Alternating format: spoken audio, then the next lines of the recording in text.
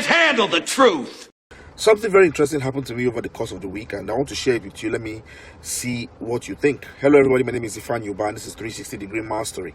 This is the channel where we teach you personal effectiveness, self-mastery, and how to create, grow, and manage your wealth. Last week, I got a phone call from somebody who turned out to be the MD of a brand new company in the country, in Lagos. Not a very small company, not a very large one either, into imports and exports and general distribution. So this person called me and said they wanted to meet with me.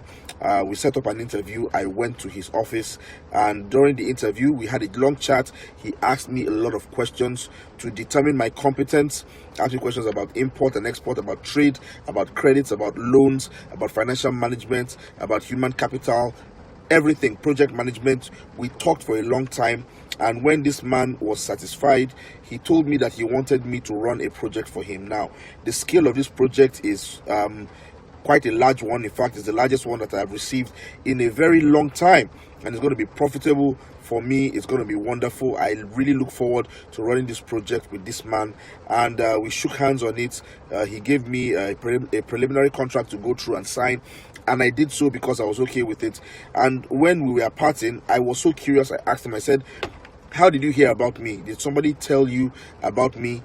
Because I know that I have a social media platform. I have this YouTube channel where I put out videos, and I reach a lot of people. So a number of people might have seen me and recommended me to him. And the man laughed, and he told me that somebody referred me to him. So I was even more curious. I said, who referred me to you? Is it somebody I've worked with before? Is it one of my previous clients? And the guy said no. I kept trying to guess, and he said no. At the end of the day, he said, believe it or not, the person who referred me to him was my mechanic.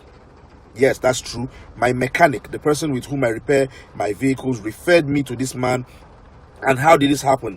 The man, he came into the country, so he brought in some cars. He took his car to the mechanic to repair, and while he was with the mechanic, he was on the phone with somebody else. After the phone call, he mentioned to the mechanic that he was looking for somebody who was going to run a project for him, and the mechanic told him about me. He said, and I quote, that Oga sabi everything about book. And the man was intrigued, so he gave me a call and he set up the meeting, and the rest, as they say, is history. What I'm trying to bring out from this story is that you do not know where your referrals might come from. You don't know who is watching you. You don't know who your work is impacting. So just go ahead and continue to display that competence, that proficiency. It is very, very important. Always look for an opportunity to sell yourself. I've said that before.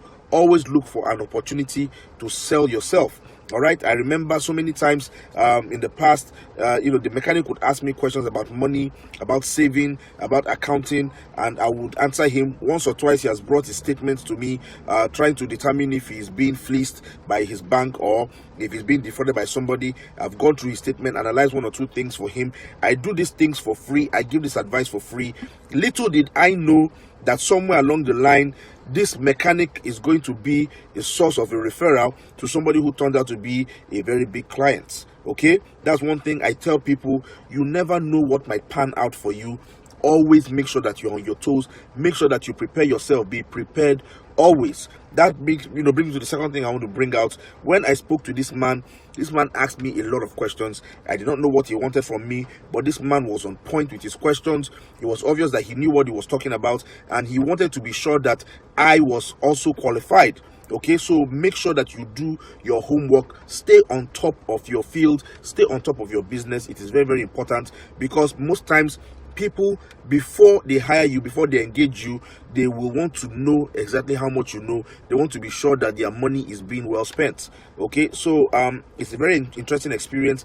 I just want to share it with you. I want to use it as a point, of encouragement, something to encourage you, something for you to think about as you go about your business this week.